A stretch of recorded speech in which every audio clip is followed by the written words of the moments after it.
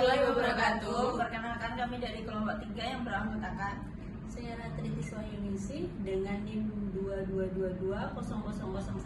saya Nurmalita Sari Ramadhani dengan NIM 22220003. Saya Desti Lestari dengan NIM 22220006.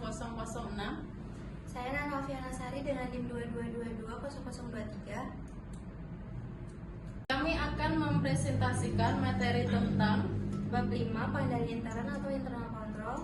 Bab 6 bukti audit dan tes transaksi. Bab 7 kertas kerja pemeriksaan atau audit working paper. Di sini saya akan melanjutkan presentasi bab 7 mengenai kertas kerja pemeriksaan. Pengertian kertas kerja pemeriksaan yaitu kertas kerja pemeriksaan adalah semua berkas yang dikumpulkan oleh auditor dalam menjelaskan pemeriksaan yang berasal dari pihak klien, dari analisis yang dibuat oleh auditor dan dari pihak ketiga.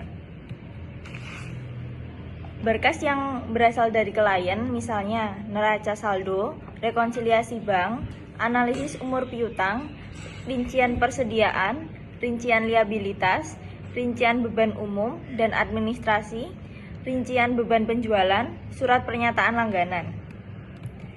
Analisis yang dibuat auditor misalnya berita acara kas opnam, pemahaman dan evaluasi internal kontrol termasuk internal kontrol kuesioner, analisis penarikan aset tetap, analisis mengenai cukup tidaknya allowance for bad debt, working balance sheet, working profit and loss, top schedule, supporting schedule, konsep laporan audit, management letter.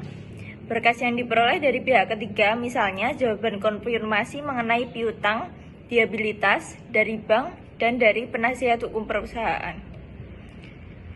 Tujuan kertas kerja pemeriksaan yang pertama, mendukung opini auditor mengenai kewajaran laporan keuangan. Opini yang diberikan harus sesuai dengan kesimpulan pemeriksaan yang dicantumkan dalam kertas kerja perusahaan. Yang kedua, sebagai bukti bahwa auditor telah melaksanakan pemeriksaan sesuai dengan standar Provinsi Akuntan Publik, dalam kertas pemeriksaan harus terlihat bahwa apa yang diatur dalam SPAP sudah diikuti dengan baik oleh auditor. Yang ketiga, sebagai referensi dalam hal ada pertanyaan dari pihak pajak, pihak bank, dan pihak klien. Yang keempat, sebagai salah satu dasar penilaian asisten seluruh tim audit sehingga dapat dibuat evaluasi mengenai kemampuan asisten sampai dengan partner sesudah selesai suatu penugasan.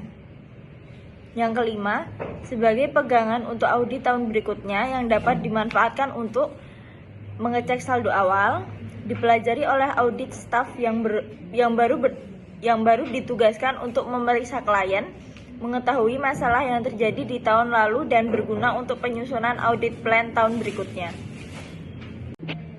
Di sini saya akan melanjutkan presentasi bab 7 mengenai kertas kerja pemeriksaan. Pengertian kertas kerja pemeriksaan yaitu kertas kerja pemeriksaan adalah semua berkas yang dikumpulkan oleh auditor dalam menjelaskan pemeriksaan yang berasal dari pihak klien, dari analisis yang dibuat oleh auditor dan dari pihak ketiga. Berkas yang berasal dari klien misalnya neraca saldo, rekonsiliasi bank, analisis umur piutang, rincian persediaan, rincian liabilitas, rincian beban umum dan administrasi, rincian beban penjualan, surat pernyataan langganan. Analisis yang dibuat auditor misalnya berita acara kas opnam, pemahaman dan evaluasi internal kontrol termasuk internal kontrol kuesioner, analisis penarikan aset tetap, analisis mengenai cukup tidaknya allowance for bad debt, working balance sheet, working profit and loss, top schedule, supporting schedule, konsep laporan audit, management letter. Berkas yang diperoleh dari pihak ketiga misalnya jawaban konfirmasi mengenai piutang, liabilitas dari bank dan dari penasihat hukum perusahaan. Tujuan kertas kerja pemeriksaan yang pertama, mendukung opini auditor mengenai kewajaran laporan keuangan. Opini yang diberikan harus sesuai dengan kesimpulan pemeriksaan yang dicantumkan dalam kertas kerja perusahaan. Yang kedua, sebagai bukti bahwa auditor telah melaksanakan pemeriksaan sesuai dengan standar Provinsi Akuntan Publik, Dalam kertas pemeriksaan harus terlihat bahwa apa yang diatur dalam SPAP sudah diikuti dengan baik oleh auditor. Yang ketiga, sebagai referensi dalam hal ada pertanyaan dari pihak pajak, pihak bank, dan pihak klien. Yang keempat, sebagai salah satu dasar penilaian asisten, seluruh tim audit sehingga dapat dibuat evaluasi mengenai kemampuan asisten sampai dengan partner sesudah selesai suatu penugasan. Yang kelima, sebagai pegangan untuk audit tahun berikutnya yang dapat dimanfaatkan untuk mengecek saldo awal, dipelajari oleh audit staff yang baru ditugaskan untuk memeriksa klien, mengetahui masalah yang terjadi di tahun lalu dan berguna untuk penyusunan audit plan tahun berikutnya. Di sini saya akan melanjutkan presentasi bab 7 mengenai kertas kerja pemeriksaan. Pengertian kertas kerja pemeriksaan yaitu kertas kerja pemeriksaan adalah semua berkas yang dikumpulkan oleh auditor dalam menjelaskan pemeriksaan yang berasal dari pihak klien, dari analisis yang dibuat oleh auditor dan dari pihak ketiga. Berkas yang berasal dari klien misalnya neraca saldo, rekonsiliasi bank, analisis umur piutang, rincian persediaan, rincian liabilitas, rincian beban umum dan administrasi, rincian beban penjualan, surat pernyataan langganan. Analisis yang dibuat auditor misalnya berita acara kas opnam, pemahaman dan evaluasi internal kontrol termasuk internal kontrol kuesioner, analisis penarikan aset tetap, analisis mengenai cukup tidaknya allowance for bad debt, working balance sheet, working profit and loss, top schedule, supporting schedule, konsep laporan audit, manajemen letter. Berkas yang diperoleh dari pihak ketiga misalnya jawaban konfirmasi mengenai piutang, liabilitas dari bank dan dari penasihat hukum perusahaan.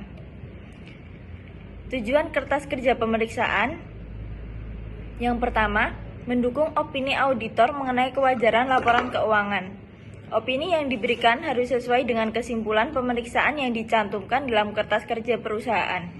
Yang kedua, sebagai bukti bahwa auditor telah melaksanakan pemeriksaan sesuai dengan standar Provinsi Akuntan Publik, dalam kertas pemeriksaan harus terlihat bahwa apa yang diatur dalam SPAP sudah diikuti dengan baik oleh auditor. Yang ketiga, sebagai referensi dalam hal ada pertanyaan dari pihak pajak, pihak bank, dan pihak klien.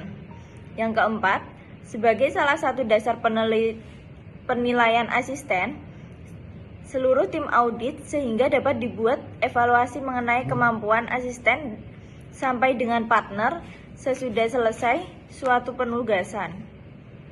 Yang kelima, sebagai pegangan untuk audit tahun berikutnya yang dapat dimanfaatkan untuk mengecek saldo awal, dipelajari oleh audit staff yang baru ditugaskan untuk memeriksa klien, mengetahui masalah yang terjadi di tahun lalu dan berguna untuk penyusunan audit plan tahun berikutnya. Current file dan permanent file. Kertas kerja biasanya dikelompokkan dalam berkas tahun berjalan atau current file yang berisi kertas kerja yang mempunyai kegunaan untuk tahun berjalan, misalnya neraca saldo, berita acara kas opnam, rekonsiliasi bank, rincian persediaan, rincian liabilitas, dan rincian biaya. Lalu permanent file yaitu berisi kertas kerja yang mempunyai kegunaan untuk beberapa tahun, misalnya akta pendirian, buku pedoman akuntansi, kontrak-kontrak, dan notulen rapat. Yang ketiga, correspondent file, berisi korespondensi dengan klien berupa surat menyurat, faksimil, email, dan lain-lain. Kriteria untuk pembuatan kertas kerja pemeriksaan yang baik. Yang pertama, kertas kerja pemeriksaan harus mempunyai tujuan. Yang kedua, harus dicegah menulis kembali kertas kerja pemeriksaan. Yang ketiga, dalam kertas kerja pemeriksaan harus dijelaskan prosedur audit apa yang dilakukan dengan menggunakan audit tick mark. Yang keempat, kertas kerja pemeriksaan harus indeks atau cross index. Yang kelima, kertas kerja harus diparaf oleh orang yang membuat atau mereview. Yang keenam, setiap pertanyaan yang timbul pada review notes harus terjawab.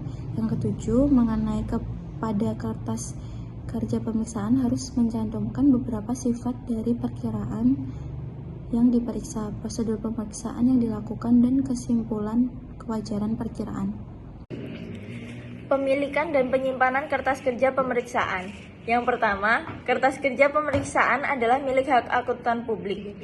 Hak auditor sebagai pemilik kertas kerja pemeriksaan tersebut pada batasan-batasan moral yang dibuat untuk mencegah kebocoran yang tidak semestinya mengenai kerahasiaan data klien. Yang kedua, walaupun sebagai kertas kerja akuntan publik dapat digunakan sebagai sumber referensi lainnya, namun kertas kerja pemeriksaan tersebut tidak dapat dianggap sebagai bagian atau pengganti dari catatan akuntansi klien. Yang ketiga, bila ada pihak lain yang ingin meminjam dan mereview kertas kerja pemeriksaan, baru bisa diberikan atas persetujuan tertulis dari klien yang bersangkutan. Sebagainya, hanya bagian yang diperlukan saja yang dipinjam atau diperlihatkan. Yang keempat, akuntan publik harus mengambil langkah-langkah yang tepat untuk keamanan kerja pemeriksaannya dan menyimpan kertas kerja tersebut sesuai dengan peraturan pemerintah yang berlaku. Working balance sheet and working profit and loss. Working balance sheet atau WBS dan working profit and loss atau WPL berisi angka-angka per box atau bersumber dari trial balance client. Audit adjustment, saldo per audit, yang nantinya akan merupakan angka-angka di laporan diisi keuangan atau neraca dan laba rugi yang sudah diaudit, serta saldo tahun lalu bersumber dari audit report atau kertas kerja pemeriksaan tahun lalu. Berikut adalah contoh working balance sheet. Dapat dilihat dalam presentasi tabel tersebut.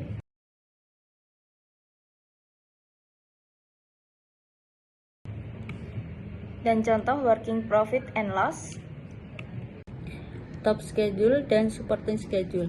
Angka-angka dalam top schedule akan didukung oleh angka-angka dalam supporting schedule. Untuk itu, antara top schedule dan supporting schedule harus dilakukan cross index. Top schedule akan memperhatikan saldo per book bersumber dari trial balance client, audit adjustment, saldo per audit, serta saldo tahun lalu bersumber dari kertas pemeriksaan tahun lalu.